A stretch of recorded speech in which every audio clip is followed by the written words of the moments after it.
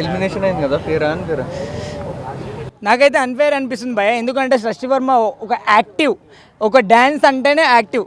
So ఆమె అట్లా elimination కావడం నాకైతే మంచిగా అనిపించలేదు. ఎందుకంటే కొంతమంది చాలామంది కొన్ని సిచ్యువేషన్లో మొత్తం ఇంగ్లీష్ వాడుతున్నారు. అంటే కంటెస్టెంట్స్ చాలామంది అట్లా వాడడం కూడా తప్ప, వాళ్ళతో పోలిస్తే సృష్టి ఈజ్ ద బెస్ట్.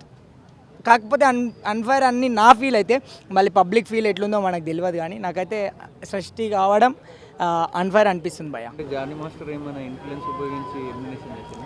అయ్యా, జానీ మాస్టర్ గురించి డైరెక్ట్ వస్తేనే చెప్పేసింది కదా భయ, ఎవరికి భయపడొద్దు అమ్మాయి, ఎవ్వరు ఏ విషయంలో తగ్గొద్దు అని direct face to face Jani Master కూడా ఘాటైన, అంటే అనుకుంటే బరాబర్ ఊహించుకుంటే స్టార్టింగ్లో ఎంట్రీలోనే ఆమె ఇచ్చేసింది, ఒక అమ్మాయి ఎవరికి భయపడొద్దు, మన మీదకి వస్తే డైరెక్ట్ ఫేస్ చేయాలి, అంత డేర్ అండ్ డాష్గా మాట్లాడేటువంటి అమ్మాయి ఆమె. అట్లాంటిది అంటే ఆమె మీదకి అట్లాంటివి ఏం జరగవు bro.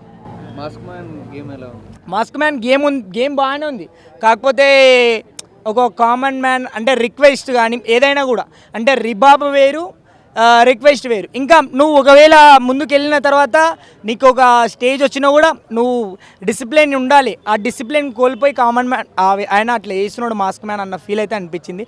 Okay, mask man game పరంగా అయితే